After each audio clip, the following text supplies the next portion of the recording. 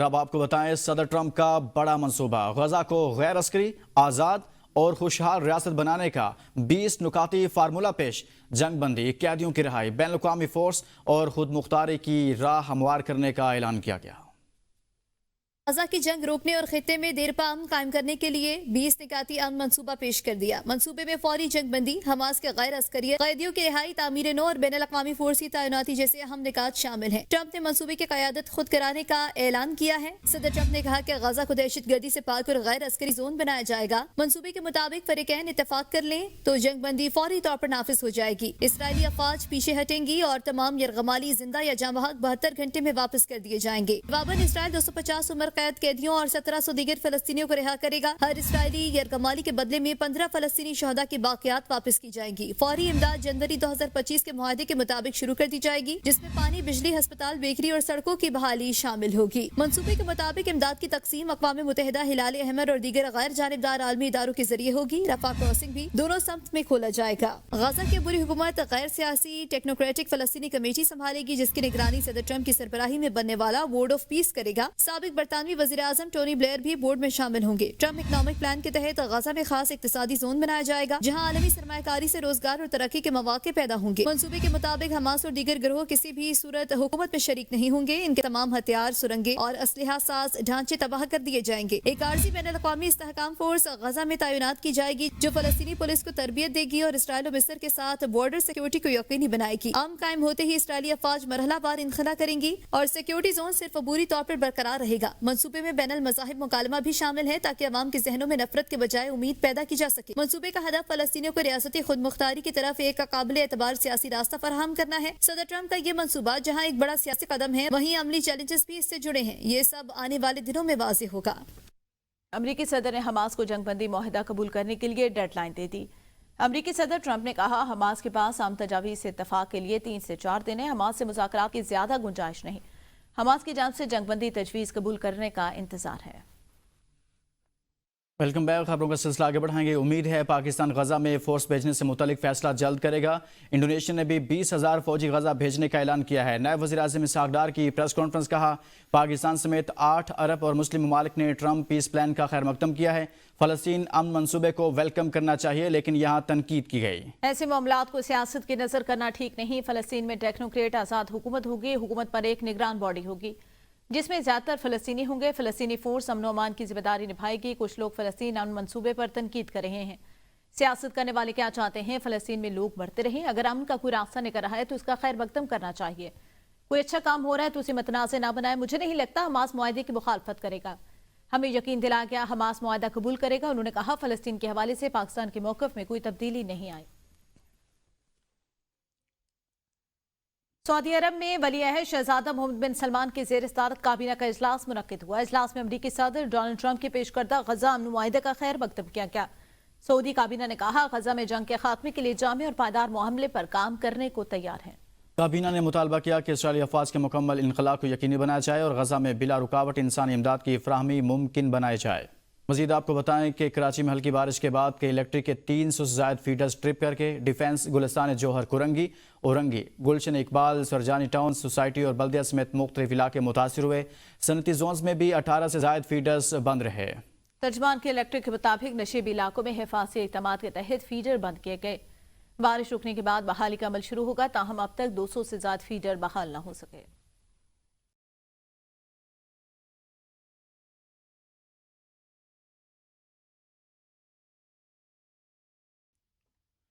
Income tax गोशवारे जमा कराने की आखिरी तारीख आज रात 12 बजे खत्म होगी। फेडरल बोर्ड ऑफ रेवेन्यू के मुताबिक साल 2025 के इनकम टैक्स गोशवारे जमा कराने की मुकर्रर मुद्दत आज रात 12 बजे खत्म हो रही है और इसमें मजीद तोसी नहीं की जाएगी। FBR के लामी में कहा गया है कि IRIS प्लेटफॉर्म मुकम्मल तौर पर फाल और बखूबी काम कर रहा है और तमाम टैक्स गुजार बआसानी अपने रिटर्न जमा करा सकते हैं। तर्जमान FBR ने बताया इस साल सादा और नया इनकम टैक्स रिटर्न फॉर्म मुतारफ कराया गया, जिसके जरिए टैक्स गुजार कम वक्त में और सहूलत के साथ अपने गोशवारे फाइल कर सकते हैं। बयान में कहा गया कि आखिरी तारीख तक रिटर्न फाइल न करने वाले अफराद को लेट फाइलर तस्वुर किया जाएगा और उन पर कानून के मुताबिक जुर्माने आयद किए जाएंगे।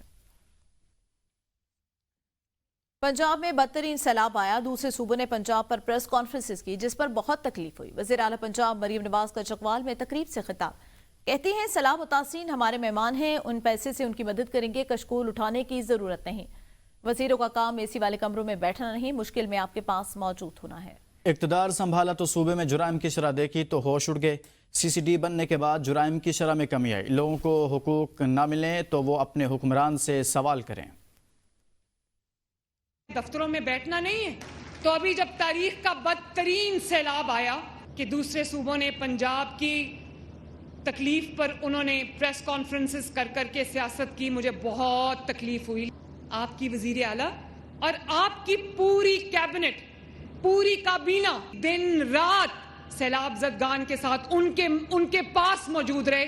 تو جو آپ کا وزیر اعلیٰ ہے یا آپ کے جو وزیر ہیں، ان کا کام ٹھنڈے دفتروں میں، اے سی والے دفتروں میں بیٹھنا نہیں ہے، ان کا کام بلٹ پروف گاڑیوں میں پھرنا نہیں ہے، ان کا کام ہے کہ جب دکھ اور سکھ میں، تکلیف میں، خوشی میں، راحت میں آپ کے ساتھ، آپ کے درمیان موجود ہوں۔ جب میں چیف منسٹر کا اوتھ میں نے لیا تو میں نے کرائم ریٹ دیکھا، میرے تو ہوش اڑ گئے۔ پنجاب کے 25-26 شہر اب ایسے ہیں، کرائم کنٹرول ڈپارٹمنٹ بنانے کے بعد، ان کی کارروائیوں کے بعد پنجاب، میجورٹی آف پنجاب میں کئی دن ایک کرائم بھی رپورٹ نہیں ہوتا، اللہ تعالیٰ کے فضل سے۔ سینئر صوبائی وزیر مریم اورنگزیب نے پیپلز پارٹی رہنماؤں کی وزیر اعلیٰ پنجاب مریم نواز پر تنقید کو مسترد کر دیا۔ اگر پارٹی کے ترجمان گندم اور سیلاب پر سیاست کریں گے تو جواب بھی دیا جائے گا۔ مریم اورنگزیب نے کہا بنا وجہ تنقید کرنے والوں کو جواب سننے کا حوصلہ بھی رکھنا چاہیے۔ انہوں نے واضح کیا مسلم لیگ نون کے کسی ترجمان نے بھی کبھی صوبے کی ترقی پر سیاسی بیان بازی نہیں کی۔ ان کا کہنا تھا مریم نواز کا مینڈیٹ ہے وہ پنجاب کی عوام کی آواز بنے، ان کے حق کا دفاع کریں اور ان کے مسائل کے حل کے لیے آواز بلند کریں۔ پیپلز پارٹی کے رہنما ندیم افضل چند کی مسلم لیگ نون پر تنقید، کہا وزیراعظم شہباز شریف کا پیپلز پارٹی کے ساتھ اچھا ورکنگ ریلیشن ہے، لگتا ہے مریم نواز کمزور کرنا چاہتی ہیں۔ بے نظیر بھٹو شہید کی فوٹو پسند نہیں تو متاثرین کی امداد کریں، گالی گلوچ اور تانا مناسب نہیں۔ پنجاب میں سیاسی لوگ حکومت نہیں چلا رہے، ہم پنجاب کا مقدمہ عوام کے لیے لڑیں گے۔ سینیٹر رانا ثناءاللہ نے سینٹ میں اظہار خیال کرتے ہوئے کہا کہ اگر پنجاب کو بلا وجہ تنقید کا نشانہ بنا جائے تو وزیر اعلیٰ پنجاب کو جواب دینے کا پورا حق ہونا چاہیے۔ انہوں نے کہا کہ پنجاب نے کسی صوبے کا پانی نہ چرایا ہے اور نہ ایسا کوئی ارادہ رکھتا ہے۔ صوبے میں پانی کی تقسیم قومی معاہدے کے تحت کی گئی۔ رانا ثناءاللہ نے واضح کیا سندھ کے حصے کے پانی پر پنجاب کی کوئی نظر نہیں، تاہم پنجاب کے حصے پر فیصلے کا حق خود پنجاب کو ہونا چاہیے۔ انہوں نے کہا BISP کے ذریعے امداد کے معاملے پر بات ہونی چاہیے کیونکہ ہر صوبہ اپنے حصے کے وسائل پر اپنا فیصلہ کرنے کا مجاز ہے۔ رانا ثناءاللہ نے حکومت کو اتحادی جماعت کے تحفظات دور کرنے کی بھی ہدایت کی ہے۔ پاکستان تحریک انصاف کے وزیر اعلیٰ اور وزراء کے مابین اختلافات کھل کر سامنے آ گئے۔ دو اہم وزارتوں سے وزیروں کی جانب سے مستعفی ہو کر اپنے استعفے منظوری کے لیے وزیر اعلیٰ کو بھجوا دیے گئے۔ وزیر تعلیم فیصل ترقی، وزیر ایجوکیشن عاقب اللہ خان کی جانب سے اپنے عہدوں سے استعفیٰ دے دیا گیا۔ عاقب اللہ خان اسپیکر اسد قیصر کے بھائی جبکہ وزیر تعلیم فیصل ترقی شہرام ترقی کے بھائی ہیں۔ آئندہ چند دنوں میں مزید وزراء کے استعفے آنے یا صوبائی کابینہ میں مزید رد و بدل کا امکان، پارٹی میں استعفوں کو بانی PTI کی جانب سے ہدایات قرار دیا جا رہا ہے۔ وزیر اعلیٰ خیبر پختونخوا علی امین گنڈا پور نے گزشتہ روز بانی PTI سے اڈیالہ جیل میں طویل ملاقات کی تھی۔ پروگرام سوال سے آگے میں گفتگو کرتے ہوئے سینیٹر علی ظفر نے کہا کہ قیام پاکستان کے وقت قائد اعظم محمد علی جناح کا جو موقف فلسطین کے بارے میں تھا اس میں اگر کوئی تبدیلی کی جا رہی ہے تو پارلیمنٹ کو اعتماد میں لینا ضروری ہے۔ انہوں نے کہا حکومت پارلیمنٹ کے تابع ہے، اس لیے کسی بھی معاہدے سے پہلے پارلیمنٹ میں بحث ہونی چاہیے اور قرارداد منظور کی جانی چاہیے۔ پاکستان سٹاک مارکیٹ نے ایک اور سنگ میل عبور کر لیا۔ تاریخ میں پہلی بار انڈیکس 1,65,000 پوائنٹس کی بلند سطح پر بند ہوا۔ کاروباری دن کے دوران انڈیکس میں 1,645 پوائنٹس کا اضافہ ریکارڈ ہوا۔ مجموعی طور پر 76 ارب روپے مالیت کے 1,34 کروڑ حصص کے سودے ہوئے۔ انڈیکس ٹریڈنگ کے دوران 1,66,556 پوائنٹس کی بلند ترین سطح تک پہنچا۔ مارکیٹ میں آج مجموعی طور پر 488 کمپنیوں کے شیئر کا کاروبار ہوا۔ 176 کمپنیوں کے حصص کی قیمتوں میں اضافہ ہوا جبکہ 288 کمپنیوں کے شیئر کی قیمتیں گر گئیں۔ گزشتہ روز انڈیکس 1,63,847 پوائنٹس پر بند ہوا تھا۔ ایک دن میں ہی اکڑ نکل گئے۔ بھارت ایشیا کپ ٹرافی لینے کے لیے منتیں ترلوں پر آ گیا۔ بھارتی کرکٹ بورڈ کے سربراہ راجیو شکلا کی ٹرافی لینے کے لیے محسن نقوی کی مسلسل منتیں۔ محسن نقوی نے جواب دیا یہ آئٹم ACC میٹنگ کے ایجنڈے پر رہی، بھارتی ٹیم کو ٹرافی چاہیے تو میرے دفتر آ کر وصول کرے۔ ایشین کرکٹ کونسل کا اہم اجلاس صدر محسن نقوی کے زیر صدارت